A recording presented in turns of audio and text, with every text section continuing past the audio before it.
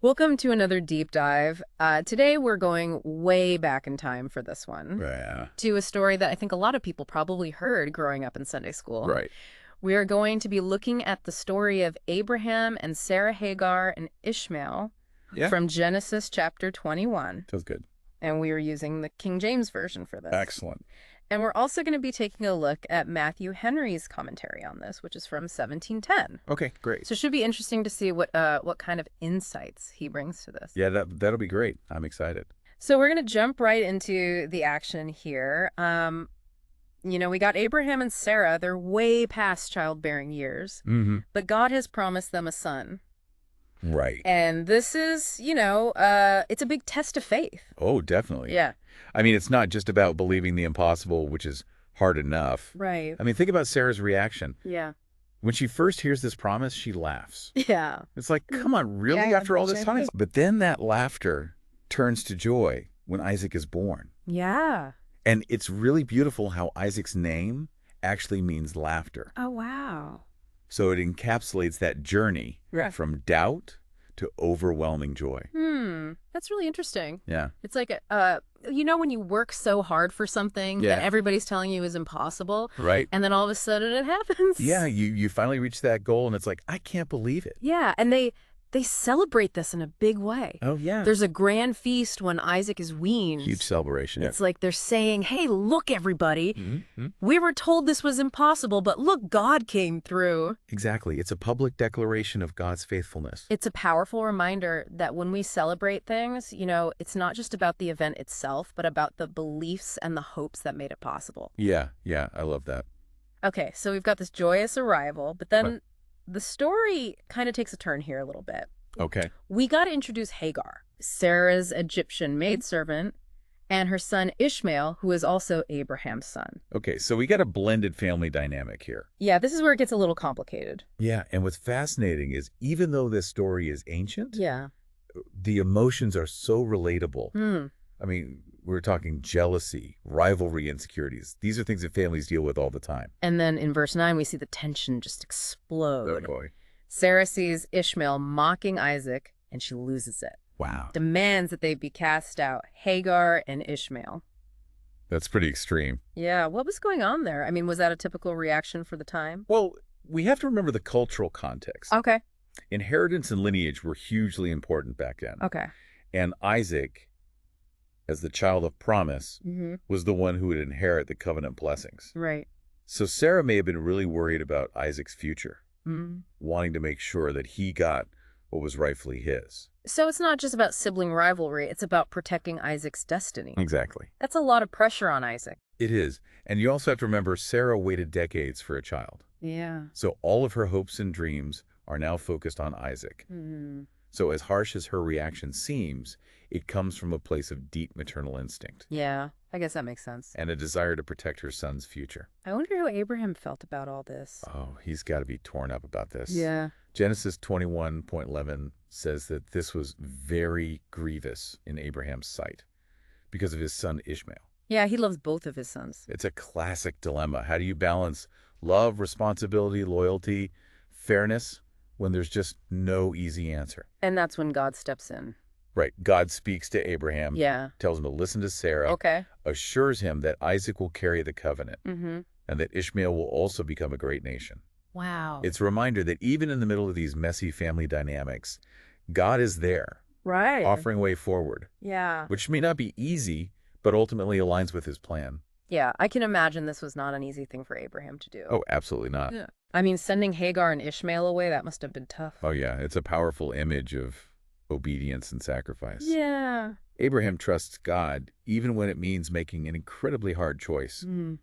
Genesis 21:12 describes him giving them bread and water and sending them off to the wilderness of Beersheba. Bread and water in the wilderness, that doesn't sound like much. Yeah, that's definitely a detail that kind of jumps out at you. Yeah. Yeah, they wouldn't have lasted long on that. Right. Some scholars think it really highlights just how precarious their situation was. Yeah. How much they were relying on God to provide for them. And it really sets the stage for what happens next. It does. The water runs out, and Hagar can't bear to watch her son die. Oh, it's heartbreaking. She puts Ishmael under a shrub and sits a distance away, weeping. A moment of pure despair. Yeah.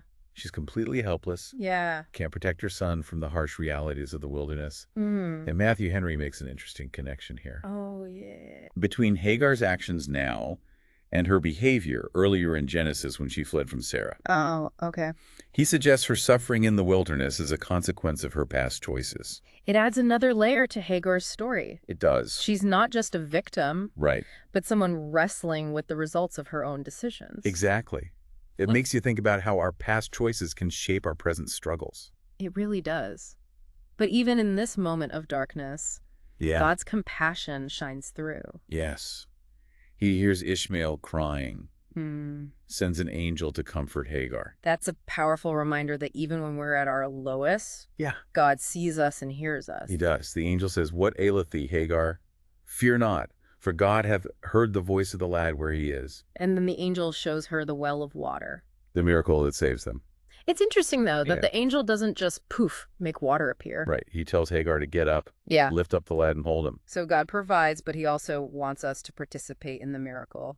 Yeah, we have to take action even when we feel overwhelmed. So Hagar and Ishmael, they're saved. Yeah. Ishmael grows up in the wilderness, becomes an archer. It shows his resilience. Yeah. And remember, God promised that Ishmael would become a great nation. Right. So his survival and growth in the wilderness are a testament to God's faithfulness. Even to those who feel forgotten. Absolutely. Yeah, God's plans often unfold in unexpected ways. They do. Sometimes what seems like defeat or abandonment Yeah. can actually lead to new beginnings and unexpected blessings. So Hagar and Ishmael are rebuilding their lives. Mm-hmm. The story shifts back to Abraham. Okay. He runs into Abimelech, Right, the king of Gerar. and they decide to make a covenant. Wow, that's a big shift. Feels like a turning point in the story. It does. Abimelech sees that God is with Abraham Mm. and he wants peace, It shows the importance of trying to find common ground. especially with potential rivals. There's even a little bit of a property dispute over a well that Abimelech's servants took, but Abraham doesn't make a big deal out of it. How does he handle it? Talks to Abimelech, who realizes his servants were wrong. So they come to an understanding. They seal the deal with gifts, Okay. and Abraham sets aside 7 ewe lambs as a witness to his ownership of the well. I like that they're using symbols to solidify the agreement, And they name the place Beersheba. which means well of the oath, Yeah, it becomes a lasting reminder of their agreement. and the importance of peaceful coexistence. Matthew Henry connects this covenant Yeah. to the one God made with Abraham. Oh, interesting. You know, just as God keeps his promises, Mm, Abraham is showing that he'll uphold his end of the agreement too. that's a good point. So we've gone from family tension and exile Right. to reconciliation and peacemaking. It's almost like a reminder that even after the toughest challenges, there's always hope for healing and new beginnings. But there's more to the story. Oh, there is. We still need to explore what it all means and how it connects to us today. I'm ready when you're... Okay, so we're back. And we left off with Abraham and Abimelech making that covenant. Right. Making peace. But verse 33 tells us that Abraham planted a grove in Beersheba Okay. and called there on the name of the Lord, the everlasting God. I mean, that seems like more than just, planting some trees. It is. It's a really powerful image. Right. I mean, think about it. Here's Abraham Yeah, in a foreign land, right, surrounded by people who worship other gods. right. And he's publicly declaring his allegiance to the everlasting God. It shows how strong his faith was. Absolutely. Mm. And his desire to create a sacred space Yeah. where he could connect with God. But it's like a spiritual oasis. Exactly. A place of solace and renewal. Yeah. A place where he can reaffirm his commitment to God. And this is way before temples or synagogues. Right. It shows us that worship isn't limited to buildings or rituals. Yeah. It's about creating a space to connect with the divine. And making your faith visible. Yes. Yeah. Letting others see it. It makes me think about how we can inspire those around us by just living out our faith. It's true. Matthew Henry even suggests Yeah. that Abraham's grove may have become a gathering place for others who were drawn to his faith. Oh, wow. So it wasn't just about Abraham. Right. It's like his faith impacted others. Like a ripple effect. Exactly. And that ripple effect is something we see throughout this whole story. Yeah. The story of Abraham, Sarah, Hagar, and Ishmael is more than just an ancient narrative. Yeah. It's a story that really resonates with us even today. And it does. Yeah. It's about faith, family God's providence, Yeah. challenges us to wrestle with tough emotions. Right. Trust God's promises, Yeah. even when things look impossible. And to seek peace in our relationships. Yes. It's powerful stuff. I know we've covered a lot in this deep dive. I have. But for me, the big takeaway is that even when things are tough, Yeah. there's always hope. There is hope for new beginnings. Yeah, and unexpected blessings. It's a reminder that we're not alone in our struggles. Right. That God is always there for us. Well, thank you for joining us on this deep dive into Genesis chapter 21. It's been a pleasure. And until next time, keep exploring. Keep questioning. And keep seeking those deeper truths. Absolutely.